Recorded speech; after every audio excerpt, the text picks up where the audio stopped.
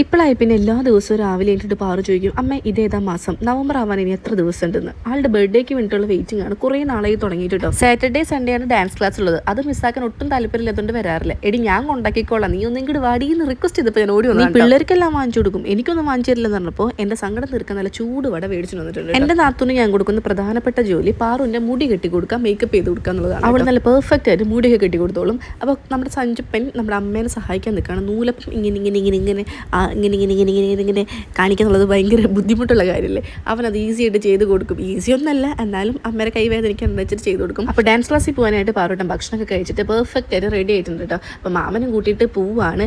ഇതൊരു ശീലമാക്കിയാലോ എന്ന് ഞാൻ വിചാരിക്കുന്നുണ്ട്. കാരണം സ്കൂളിൽ നിന്ന് എൻ്റെ വീട്ടിലേക്കൊക്കെ പറഞ്ഞയക്കുക എന്നുള്ളത് പോസിബിൾ ആയിട്ടുള്ളൊരു കാര്യമില്ല.